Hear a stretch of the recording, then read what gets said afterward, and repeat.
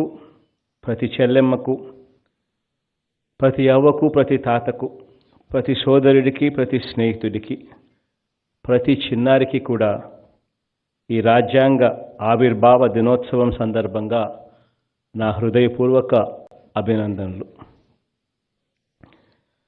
మన దేశ ప్రజలు తమ కోసం ఈ రాజ్యాంగాన్ని రాసుకుని 1949లో తమకు తాము సమర్పించుకున్న రోజు ఈ నవంబర్ 26.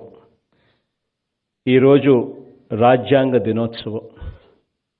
మన రాజ్యాంగం దాదాపు 80 దేశాల రాజ్యాంగాలను అధ్యయనం చేసిన తర్వాత తయారైన ప్రజల స్వేచ్ఛ, స్వాతంత్రం, సమానత్వాల మ్యాగ్నా కార్టా. ఇది ప్రపంచ మానవ చరిత్రలోనే, ప్రజాస్వామ్య చరిత్రలోనే, సమానత్వ చరిత్రలోనే, సామ్యవాద చరిత్రలోనే, సంఘ సంస్కరణల చరిత్రలోనే అత్యంత గొప్పదైన ఒక చారిత్రక గ్రంథం. ఈ రాజ్యాంగం ఎంత గొప్పది అనంటే 28 రాష్ట్రాలు, 8 కేంద్రపాలిత ప్రాంతాలు, 3000 కులాలు, ఉపకులాలతో కలిపితే 25,000 కులాలు, 7 ప్రధాన మతాలు, 121 భాషలు, యాసలతో కలిపితే 19,500 భాషలు మాట్లాడే మన దేశానికి ఇన్ని కాంప్లెక్సిటీస్, వేరువేరు చరిత్రలు, భిన్నమైన భౌగోళిక స్వభావాలు ఉన్న దేశానికి, మన ప్రభుత్వాలకు, ఈ దేశంలోని 140 కోట్లకు పైగా ప్రజలకు, మనందరికీ కూడా క్రమశిక్షణ నేర్పే ఒక రూల్ బుక్, మనకు దిశ నిర్దేశం చేసే ఒక గైడ్, ఒక ఫిలాసఫర్, ఒక టీచర్. మన దేశ సార్వభౌమ అధికారానికి ప్రతీక మన రాజ్యాంగం. ఇంత గొప్పదైన మన రాజ్యాంగాన్ని మనకు ఎవరు అందించారు అనంటే, పుస్తకం ముట్టుకునేదానికే అంతకుముందు వీలులేని సమాజంలో జన్మించి, ఎవరు చదవనన్ని చదువులు చదివి, ఎవరికీ లేనన్ని డిగ్రీలు, విదేశీ డిగ్రీలు సైతం సంపాదించుకొని ఈ దేశం మారటానికి, నిలబడటానికి, ప్రపంచంతో పోటీ పడటానికి, ఎదగటానికి, ప్రగతి పథంలో పరుగెత్తటానికి కావలసిన ఆలోచనలు ఈ రూల్ బుక్, ఈ రాజ్యాంగ పుస్తకాన్ని, ఈ పవిత్ర గ్రంథాన్ని రచించిన వ్యక్తి, ఆ మహానుభావుడు మన అంబేద్కర్ గారు. ఈ రాజ్యాంగం 72 ఏళ్లగా మన సామాజిక వర్గాల చరిత్రల్ని తిరగరాసింది, రాస్తూనే ఉంది కూడా. ఈ పుస్తకం మన ఆర్థిక, సామాజిక, రాజకీయ, విద్య, మహిళా చరిత్రల గతిని మార్చింది, మారుస్తూ కూడా ఉంటుంది. ఈ పుస్తకం మన భావాల్ని, భావజాలాల్ని మార్చింది, మారుస్తూనే కూడా ఉంటుంది. ఈ మన రాజ్యాంగమే ఈ 72 సంవత్సరాలుగా మన సంఘ సంస్కర్త. ఈ పుస్తకమే మన మధ్య ఎన్ని భిన్నత్వాలు ఉన్నా ఈ వజ్రోత్సవ దేశ స్వాతంత్రాన్ని నిలబెట్టింది, ఇక మీదట నిలబెడుతూనే కూడా ఉంటుంది. నిస్సహాయులకు, నిరుపేదలకు, అణగారిన వర్గాల వారికి అధికార దుర్వినియోగం జరిగినప్పుడు ప్రభుత్వాల ఇనుప పాదాల కింద నలిగిపోయే వారి రక్షణకు దైవమిచ్చిన ప్రజా ఆయుధం కూడా ఈ రాజ్యాంగమే. ఈరోజు రాజ్యాంగంలోని మహోన్నత ఆశయాలకు ప్రతిరూపమైన ఆ మహనీయుడికి, ఆకాశమంతటి ఆ మహామనిషికి, బాబాసాహెబ్ అంబేద్కర్ గారికి అంజలి ఘటిస్తూ ఇదే విజయవాడ నడుమ 2023 ఏప్రిల్లోనే అంబేద్కర్ గారి మహావిగ్రహాన్ని కూడా ఆవిష్కరించబోతా ఉన్నాం. అంబేద్కర్ గారి భావజాలాన్ని, మన రాజ్యాంగ స్ఫూర్తిని మనస వాచ కర్మన గౌరవించే ప్రభుత్వంగా ఈ 3.5 సంవత్సర పాలనలో ఎలాంటి ముందడుగులు వేశామో క్లుప్తంగా కొన్ని మాటల్లోనే చెప్తాను. రాజ్యాంగంలో చెప్పిన గ్రామ స్వరాజ్యానికి రూపకల్పన చేసి దేశంలోనే తొలిసారిగా గ్రామ సచివాలయాలు, గ్రామ వాలంటీర్ల వ్యవస్థను అమలు చేస్తూ ఉన్న తొలి ప్రభుత్వం కూడా దేశంలో బహుశా మనదే. ప్రభుత్వ బడులలో పేదలకు ఇంగ్లీష్ మీడియంలో చదువుకునే అవకాశమే లేకుండా చేయటం ద్వారా రూపం మార్చుకుని ఎస్సీలకు, ఎస్టీలకు, బీసీలకు, మైనారిటీల పట్ల పాటిస్తూ ఉన్న నయా అంటరానితనం మీద సిబిఎస్ఈ ఇంగ్లీష్ మీడియంతో మొదలు bilingual text books, digital class రూముల వరకు విద్యారంగంలో సంస్కరణల ద్వారా దండయాత్ర చేస్తున్న ప్రభుత్వం కూడా మనది.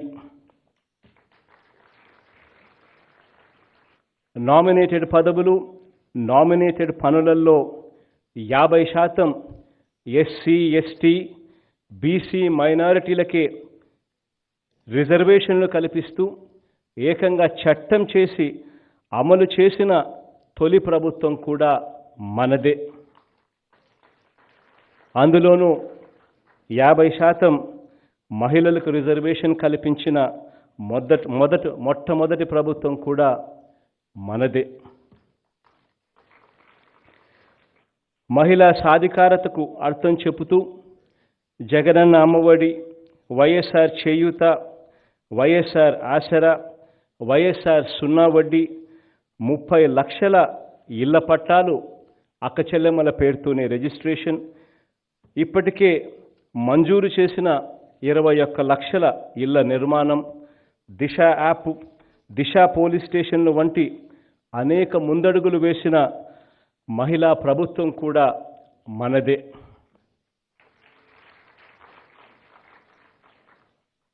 రాజధానికి సేకరించిన భూముల్ని పేదల ఇళ్ల స్థలాలకు కేటాయిస్తే డెమోగ్రఫిక్ ఇంబ్యాలెన్స్ వస్తుంది అని, అంటే సామాజిక సమతుల్యం దెబ్బతింటుంది అని వాదించిన దుర్మార్గం భారతదేశంలో మొలకెత్తుతుందని బహుశా రాజ్యాంగ నిర్మాతలు ఆ రోజు ఊహించి ఉండకపోవచ్చు.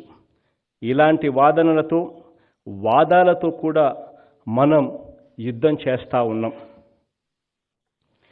వాహనమిత్ర, రైతు భరోసా, పెన్షన్ కానుక, ఆసరా, సున్నా వడ్డీ, లా నేస్తం, నేతన్న నేస్తం, మత్స్యకార భరోసా, అమ్మఒడి, ఆరోగ్యశ్రీ, ఆరోగ్య ఆసరా, వసతి దీవెన, విద్యా దీవెన, చేదోడు, తోడు, కాపు నేస్తం, ఈబీసీ నేస్తం, విద్యా కానుక, గోరుముద్ద, 30 లక్షల ఇళ్ల పట్టాలు, చేయూత, బడులల్లోనూ ఆసుపత్రుల్లోనూ నాడు నేడు, ఇలా ఏ పథకాన్ని తీసుకున్నా కూడా పేదరికం నుంచి, సామాజిక ఆర్థిక తారతమ్యాల నుంచి బయటపడేందుకు చిత్తశుద్ధితో గట్టి ప్రయత్నం చేయాలన్న సంకల్పం నుంచి పుట్టినవే. మన ఈ 35 నెలల పాలనలో ఒక్క డీబీటీ ద్వారానే, అంటే నేరుగా బటన్ నొక్కి ప్రజలకు వాళ్ళ బ్యాంక్ అకౌంట్లలోకి వెళ్ళే ఒక గొప్ప వ్యవస్థలతో తీసుకువచ్చి లంచాలకు తావు లేకుండా, విచక్షకు తావు లేకుండా నేరుగా ప్రజలకు అందించిన మొత్తమే ఇప్పటి వరకు 1,76,517 కోట్లు. గత 35 నెలల్లో డీబీటీ, నాన్ డీబీటీల ద్వారా అందించిన మొత్తం 3,18,037 కోట్ల రూపాయలు. ఇందులో ఎస్సీలకు, ఎస్టీలకు, బీసీలకు, మైనారిటీ వర్గాలకు అందినది అక్షరాల 79%. సామాజిక న్యాయానికి ఎంతగా కట్టుబడి ఉన్నామో ఈ అంకెలే సాక్ష్యం. ఇక్కడే నాతో పాటు హాజరైన నా మంత్రివర్గ సహచరులనే తీసుకుంటే మొత్తం మంత్రి మండలిలో దాదాపు 70% ఈ సామాజిక వర్గాలే. అలాగే 2 మంత్రివర్గాల్లోనూ 5 డిప్యూటీ సీఎం పదవులు ఇస్తే అందులో 4 అంటే 80% నా ఎస్సీ, ఎస్టీ, బీసీ, మైనారిటీ వర్గాలకే అవకాశం కల్పించామని చెప్పి కూడా ఈ సందర్భంగా సగర్వంగా తెలియచేస్తా ఉన్నాను. శాసనసభ స్పీకర్గా ఒక బలహీన వర్గాలకు సంబంధించిన ఒక వ్యక్తి, శాసన మండలి చైర్మన్గా ఒక ఎస్సీని నియమించడమే కాకుండా శాసన మండలి డిప్యూటీ చైర్పర్సన్గా మైనారిటీకి చెందిన నా అక్కను ఆ స్థానంలో కూర్చోపెట్టాము. సామాజిక న్యాయ చరిత్రలో ఇదొక సరికొత్త అధ్యయనం. ఈ 3 సంవత్సరాలలో రాజ్యసభకు మనం 8 మందిని పంపితే అందులో 4 బీసీలే. శాసన మండలికి అధికార పార్టీ నుంచి పంపిన 32 మందిలో 18 మంది నా ఎస్సీ, ఎస్టీ, బీసీ, మైనారిటీ వర్గాల వారే అని చెప్పి కూడా సగర్వంగా తెలియచేస్తా ఉన్నాను. 13 జిల్లా పరిషత్ చైర్మన్ల పదవుల్లో ఆ చైర్మన్ పదవులలో 13 జిల్లా పరిషత్ చైర్మన్ పదవులలో 9 ఎస్సీ, ఎస్టీ, బీసీ, మైనారిటీ వర్గాలకే కేటాయించిన ప్రభుత్వం కూడా మనది అని సందర్భంగా తెలియచేస్తా ఉన్నాను. మున్సిపల్ కార్పొరేషన్లలో 86%, మున్సిపాలిటీస్లో 69%, మండల ప్రజాపరిషత్ చైర్మన్లలో 67% నా ఎస్సీ, ఎస్టీ, బీసీ, మైనారిటీ సామాజిక వర్గాలకే చైర్మన్ పదవులు కేటాయించిన ప్రభుత్వం కూడా మనది అని సందర్భంగా తెలియచేస్తా ఉన్నాను. వివిధ ప్రభుత్వ కార్పొరేషన్లలో 137 చైర్మన్ పదవులలో నా ఎస్సీ, ఎస్టీ, బీసీ, మైనారిటీలకు మొత్తం 58% పదవులు ఇచ్చామని, బీసీలకు ప్రత్యేకంగా 56 కార్పొరేషన్లు, ఎస్సీలకు ప్రత్యేకంగా 3 కార్పొరేషన్లు, ఎస్టీలకు ప్రత్యేకంగా 1 కార్పొరేషను ఏర్పాటు చేయడమే కాకుండా శాశ్వత ప్రాతిపదికన బీసీ కమిషన్ను నియమించిన ప్రభుత్వం కూడా మనదే అని సందర్భంగా తెలియజేస్తా ఉన్నాను సగర్వంగా. ఇవి ఈ 35 నెలల్లో సామాజిక న్యాయంలో మనందరి ప్రభుత్వం మనసు పెట్టి తీసుకువచ్చిన మార్పులు. రాజ్యాంగ స్ఫూర్తిని తూచా తప్పకుండా పాటిస్తూ ఉన్న మనందరి ప్రభుత్వానికి దేవుడి దయ, ప్రజలందరి చల్లని ఆశీస్సులు కలకాలం ఉండాలని కోరుకుంటూ సెలవు తీసుకుంటా ఉన్నాను.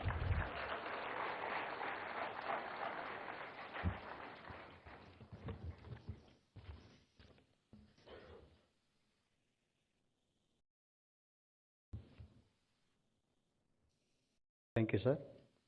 Now I humbly request our Honorable Governor, sir, to address the distinguished invitees on this auspicious event.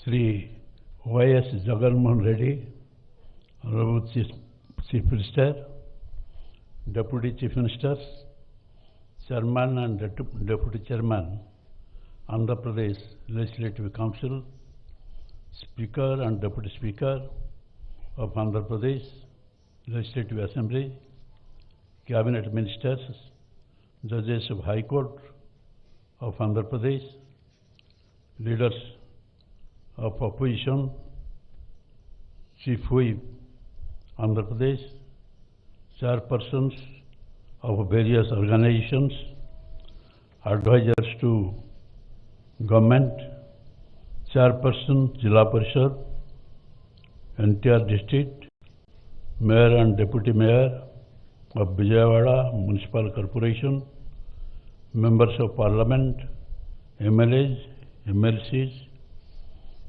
Chief Secretary, Special Chief Secretaries, Principal Secretaries, Government of Andhra Pradesh, Director General Police, Andhra Pradesh, distinguished guests, members of the print and electronic media, Andariki Namaskaram. It gives me immense pleasure to participate in today's program organized to celebrate the 73rd Constitution Day.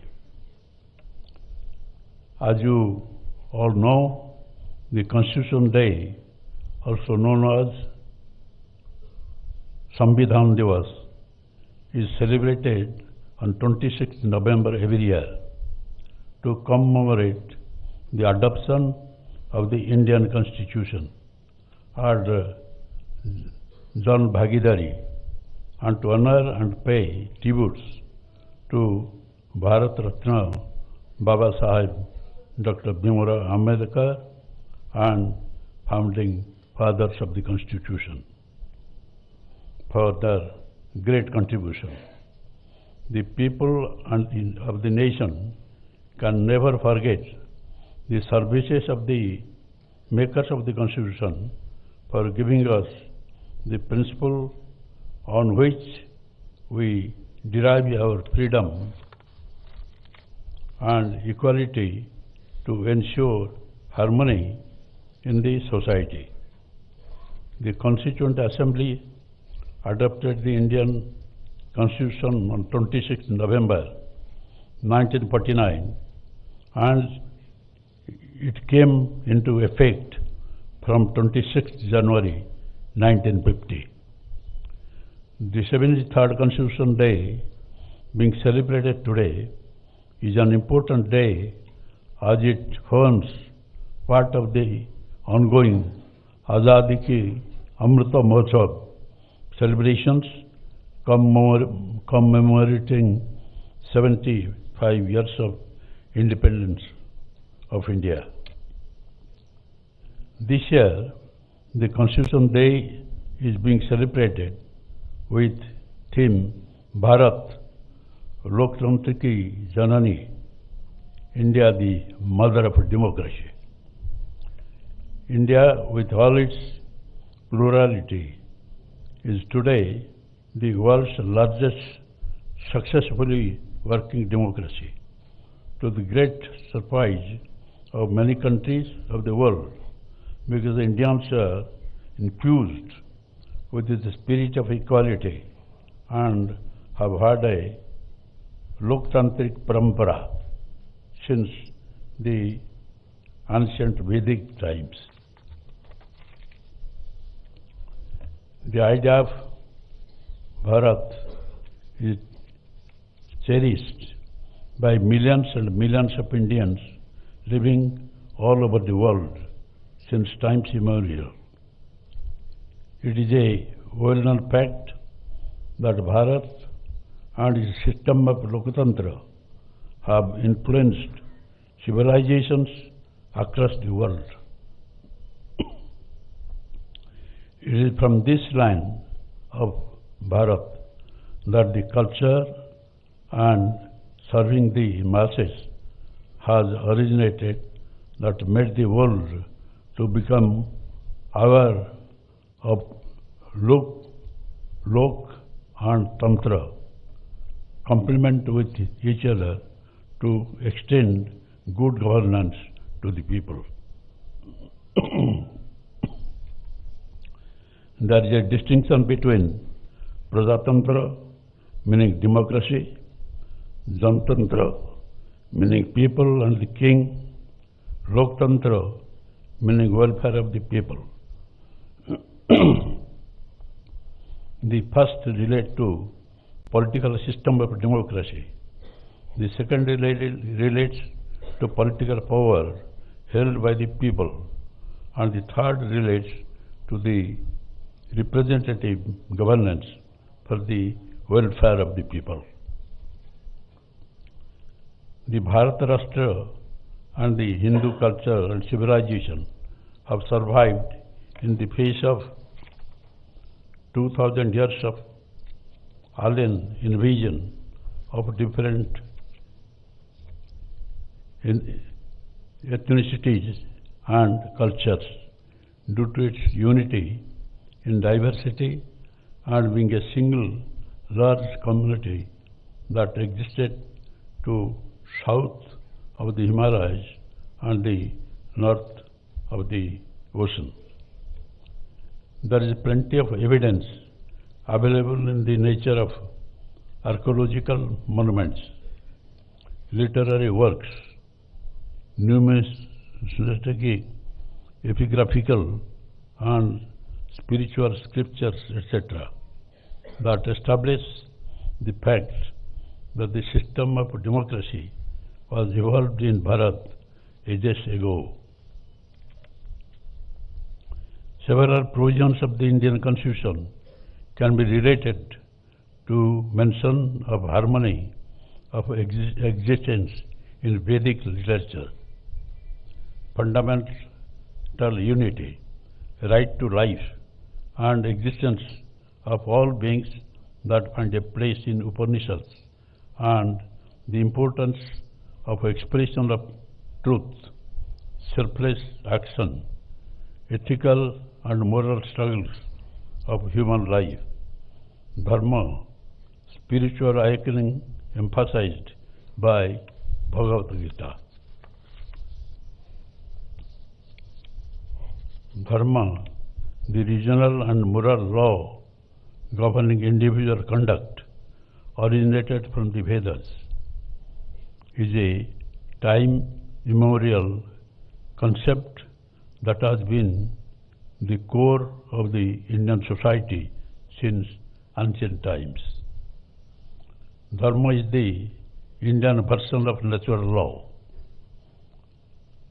perceived by Indians in the ancient society. Its far-fetched vision is praised by great philosophers like Max Muller.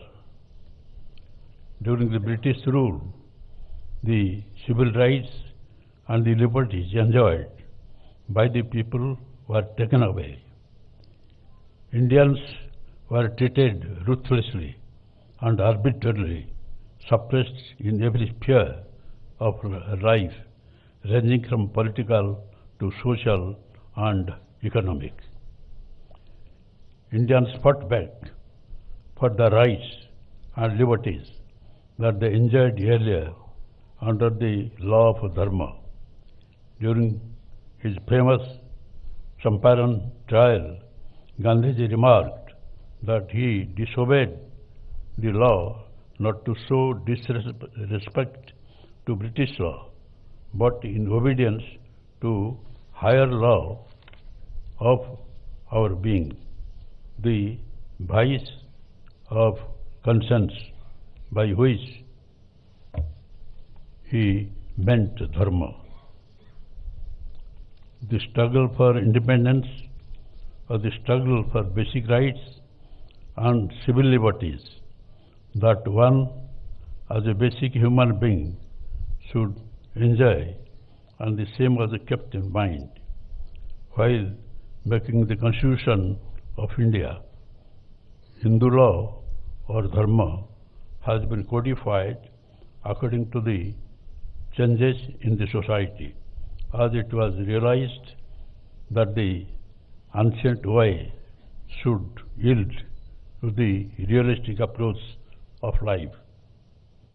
The principle of natural law found its way into the Constitution in the way of fundamental rights. Dharma, as we know, was a duty-based legal system.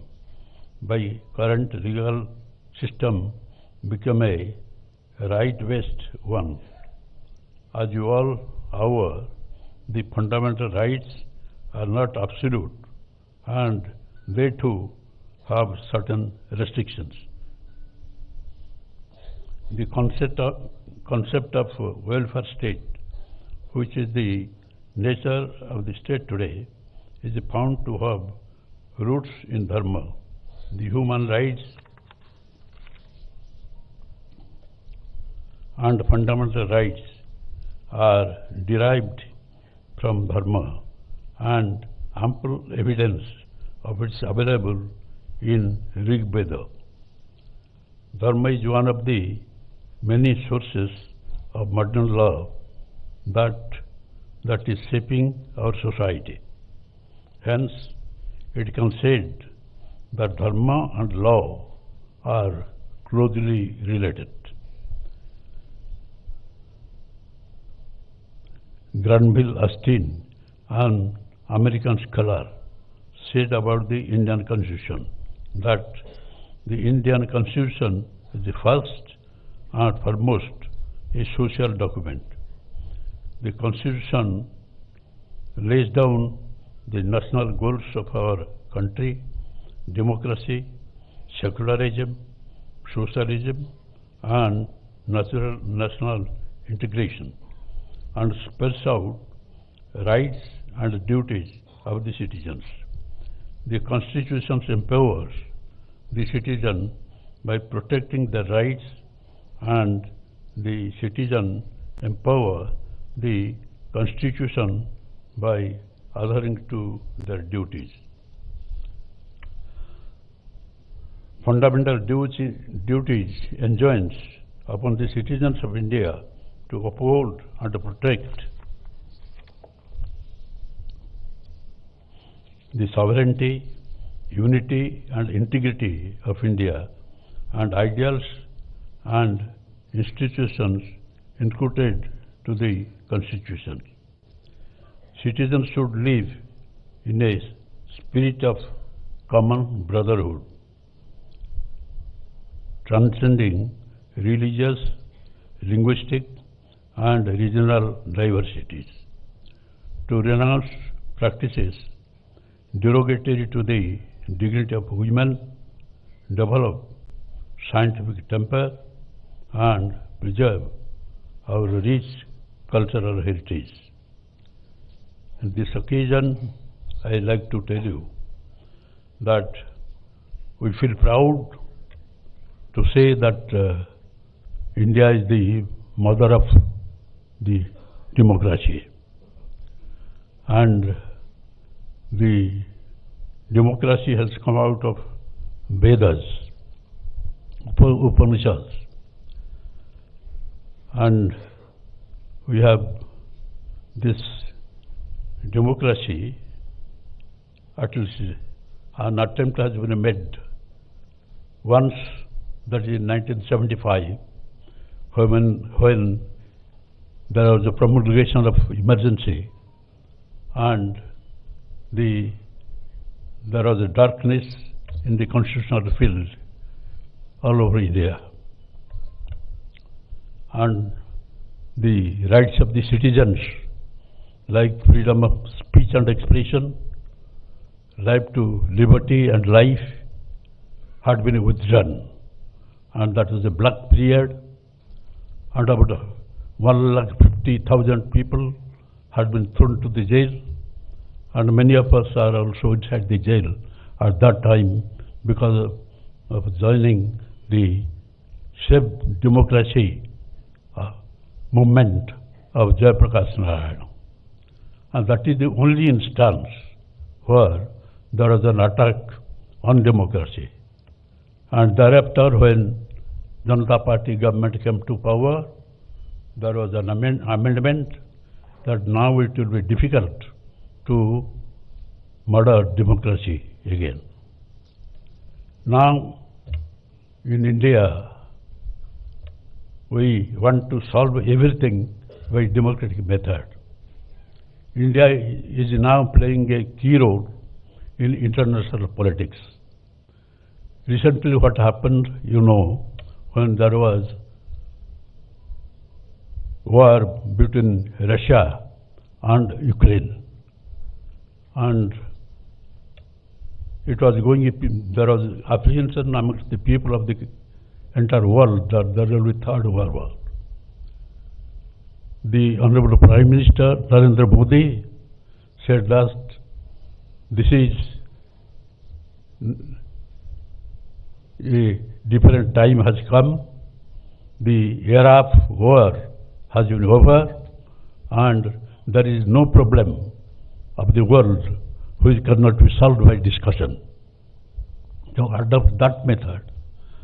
And both the sides, they wanted that India, this largest democracy of the world, will support either this side or that side. Pressure was also put to the Prime Minister to support them. America said that we are standing by you when there is the apprehension of war between China and India. Russia said that we are the oldest friend, and in so many occasions we have come forward to support India. Therefore, but a neutral stand was taken by the Honorable Prime Minister of this country, saying that the era of war is over, era of peace has come, and whatever problem there may be, if we discuss the matters, then we definitely will reach a solution. And therefore, a time has now come, both the sides praised Sri Narendra Modi, the Prime Minister, because he is the only person who is capable of talking to Putin, the President of Russia, and the President of Ukraine for any solution. That this is not the age of war, it is over. And if we have any war, the entire economy of the world will be crippled, and there will be disaster. And should we invite a disaster?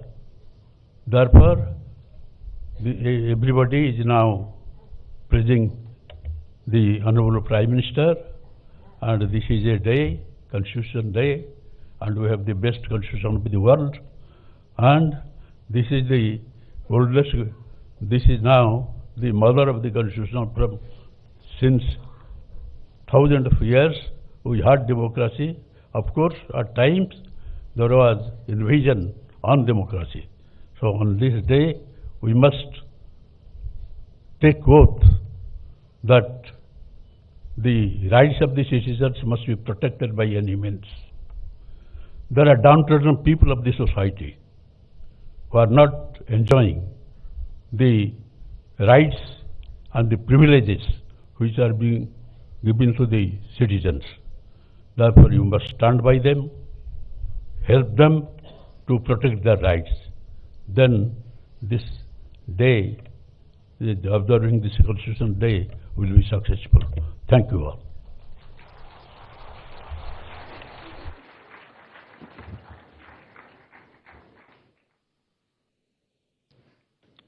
Thank you, sir. Now I request all the dignitaries to please rise for the national anthem.